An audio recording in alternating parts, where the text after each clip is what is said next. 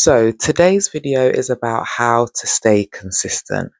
And honestly, there are times where you won't be able to stay consistent because life will throw things in your way that are uncontrollable and just an inconvenience.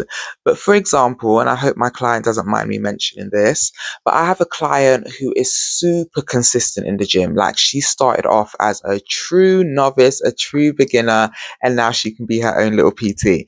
But right now, her child is having he's having some medical issues and she's having to stay in the hospital with him, which means she's losing weight. She's lost the muscle that she's built and she hasn't been able to eat as well as she usually would. But the one thing that I love about my client is that although she can't do the physical side of things, she's still trying to stay conscious of her nutrition. So she's trying to get in that extra protein when she can. And in terms of being active, at least going out for little walks is all that she can do. And she's making sure she's doing that and staying consistent. There are going to be times where life is just life in and you won't be able to go to the gym. You won't have the time to go and get that shopping that you won't have the time to go and get that shopping that you want. You won't have the time to prepare the meals that you want to. Things are going to happen. You cannot always stay consistent. And one thing I said to my client is that actually right now, your mental health outweighs your physical health because you're going through so much stress.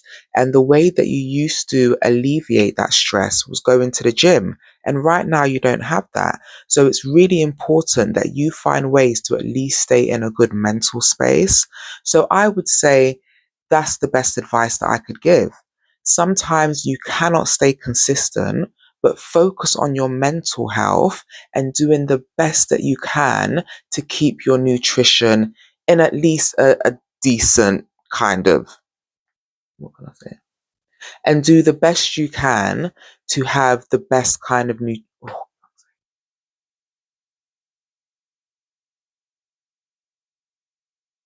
and do the best you can to ensure that your nutrition is at least benefiting your body in some positive ways.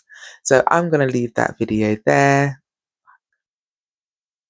So, one of the things you can at least do, as well as taking care of your mental health, is just stay conscious of the nutrition and what you're eating.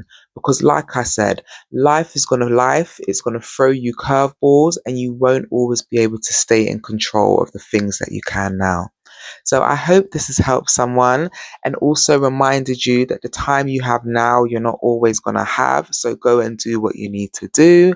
But if you're wondering who I am, my name is Sarah Wynn. If you're interested in any coaching or personal training, or maybe you just want some advice about something, please feel free to send me a message. My details are below. Have an amazing day. Bye.